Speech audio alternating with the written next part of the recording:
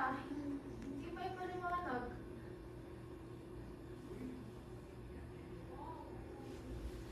Anak!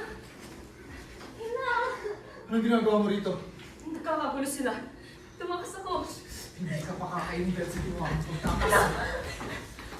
Kailangan makita ko ang anak ko! Anak ng lahat! Pinatakas mo ang mga lobby mo. Nakipagbuno siya sa akin. Ngunit hindi mo ipinaalam sa mga tao. Nanonood ako ng malay. Nakita siya. Malapit ito sa bagong hukay ng bukal. Naroon ng lahat ngayon pinagpapartihan ng kanyang katawan. Hindi siya umabot sa bukal. Hindi. Dahan-dahan siya umakyat sa lugar kung saan may sinasabing may bagong hukay na bukal ng tubig. Ang amoy ng pawis niya. Ang tunog ng pagkahaboy na hindi nahaligtas sa pangamoy at pandinig ng mga tao 3 araw nang walang laman ng sikmura. Hindi nakatiis ang mga nakakita sa kanya. Sinagpang siya hanggang ngayon nagkakagulo pa rin sila. Nilubog na lamang siya sa kumukulong tubig galing sa bagong hukay na bukal. Ang tubig? Hindi totoo ang tubig? Nagkaroon ba ng sandaling umasa ka? Hindi. Walang sandaling naniniwala ako. Pero umasa ka. Ang inaasahan ko lang, may katawan mamaya ang kapagkain mamaya sa katawan ni batang walang silbi. Niligtas mo ako mula kay Pinuno. Alam kong pagod ka lang. Gusto mo pahabain ang aking buhay. Kailangan ka pa ng isla eh.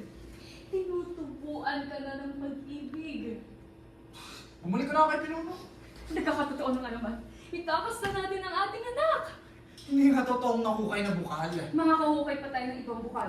Ano pa? Ha? Paano? Hindi ko alam. Pero hindi ko magawang hayaang pumanaw ang ating anak.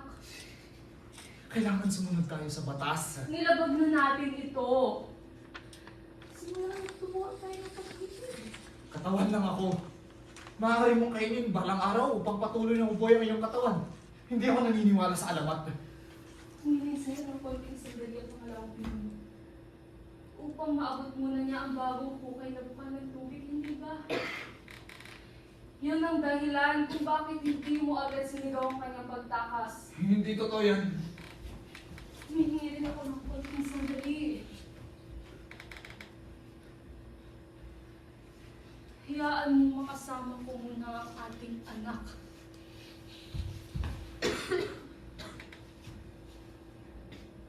Alang-alang sa nadarama mo ngayong hindi mo maipaliwanag.